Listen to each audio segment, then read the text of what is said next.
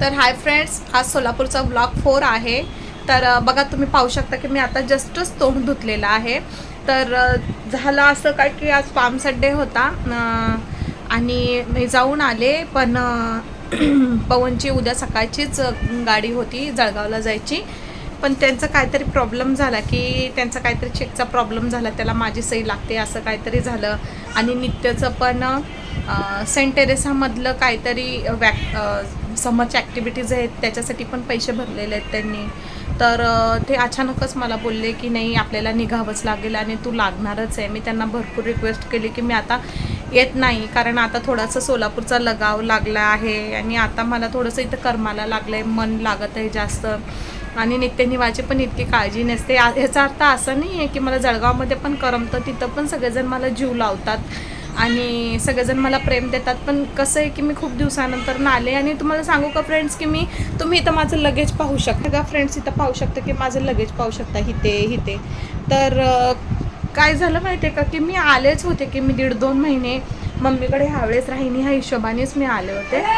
पण आता ते चलच म्हणताय, ते ऐकतच नाही. काय प्रॉब्लेम झालं तर मग माझ्यावर येणार आहे असं मला आता फील होत आहे. तर जायचं म्हणतातच आहे ते, तर मी काय करणार आहे की मी बॅग ठेवणार आहे, फक्त कपडे घेऊन जाणार आहे. आणि वाईट तर वाटत आहे की पण मला परत 10-15 दिवसांनी रिटर्नच यायचं आहे. आणि कसं लेकराचं पण नुकसान नको आणि त्यांचं पण माझ्यामुळे त्यांचा पण चेक डिले व्हावं किंवा त्यांचं पण काही नुकसान नको. पण मी मम्मीकडे पाहिलं तर मम्मीला पण थोडंसं वाईट वाटलं आणि मला पण थोडंसं वाईटच वाटलं. तर मी मम्मीला आल्याला सांगितलं होतं की मी जास्त दिवसच राहणार आहे मम्मी ह्यावेळेस म्हणून.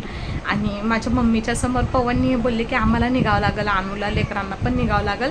मी परत अजून एक 10-12 दिवसांनी आणून सोडतो, तेव्हा तिची बहीण पण येईल आणि रुवेल पण येईल असं काहीतरी. मग पवननी हे शब्द बोलल्या माझ्या मम्मीचा एकच शब्द होता, चल मग मी तुला कपडे घेऊन देते, तुझ्या लेकरांना कपडे घेऊन देते, चड्ड्या घेऊन देते, उन्हाळ्याचे टी-शर्ट्स घेऊन देते. तर असं कधी होत नाही. दरवेळेस मी आले की भरपूर असं प्रेम भेटतं, भरपूर असे कपडे लत्ते माझ्या लेकरांना. नाही तर ह्याचा अर्थ असं नाही की हां माझे म्हणजे जळगाव माझा नवरा माझी सासू पण करता. पण मम्मी आतापर्यंत म्हणजे मी छोट्या गोष्टीची खूप काळजी घेते मम्मी, की तिथं असं वाटतं की आपल्या मुलीने खूप छान दिसावं, तिने खूप छान मेकअप करावा, तिने खूप छान कपडे घालावे, तिच्या सांगते तिचे लेकरं पण सुंदर दिसावे. तर मी जायच्या अगोदर आता मम्मी मला म्हटली की तू रेडी हो, तुला कपडे घेऊन देते, तुझ्या लेकरांना कपडे घेऊन देते, सगळ्यांना कपडे घेऊन देते. तर गोष्ट एकच आहे की की कसा जीव आहे बुवा आईचा. आणि मी म्हणते की तुम्ही जात जा, माहेरी जात जा, आई आहे तोपर्यंत माहेरी जात.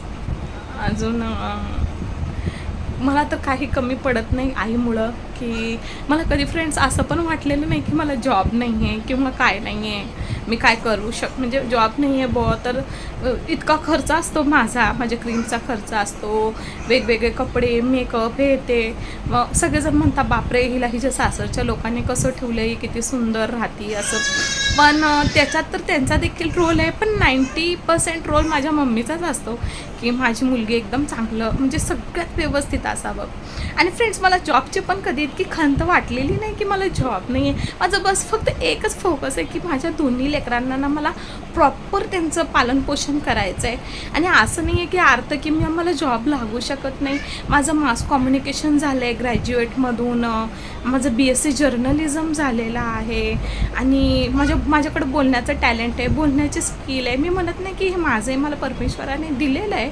आणि असं नाही की मी इन फ्युचर काय करणार नाही, मी नक्कीच करणार आहे. पण सध्या ना मी सगळ्या गोष्टी इग्नोर करते फक्त लेकरांसाठी, की माझ्या लेकरांना माझी गरज आहे. आणि मला जेव्हा असं वाटेल की मला जॉब करायचं आहे तेव्हा तर मी नक्कीच जॉब करेन. पण कसं आहे की फ्रेंड्स की असं नाही आहे की मी जॉब केले नाही किंवा तर माझ्या लेकरांना माझ्याकडून काय बेनिफिट नाही आहे. माझ्या माहेरकडची भरपूर प्रॉपर्टी आहे आणि त्याच्यामध्ये देखील माझ्या बहिणीचा हिस्सा आहे. तर आज असो ना उद्या असो पण माझ्या लेकरांना माझ्या हिस्साचं भरपूर मिळणार आहे. तर मी देवबाप्पाला थँक्यू म्हणते की देवबाप्पा की कित्येक लोक किती कष्ट करतात आणि कष्ट करून देवबाप्पा की त्यांना एंडमध्ये जेव्हा त्यांची रिटायरमेंटची पाळी येते तेव्हा त्यांना फक्त 60,000, 60 लाख, 70 लाख असे मिळतात. पण मी काही न करता परमेश्वराने माझ्या उशाला इतके पैसे ठेवलेले आहेत. ह्या गोष्टीचं खूप म्हणजे आनंद वाटतो की कुठं पुण्य केलेलं आहे बुवा एवढं असं. तर म्हणून त्यामुळे जॉबची इतकी खंत वाटलेली नाही की कशासाठी असते सेविंग्स की end of the day savings. पण एंड ऑफ द डेला माझ्याकडनं माझ्या लेकरांसाठी ती मोठी सेविंग्स असणार आहे.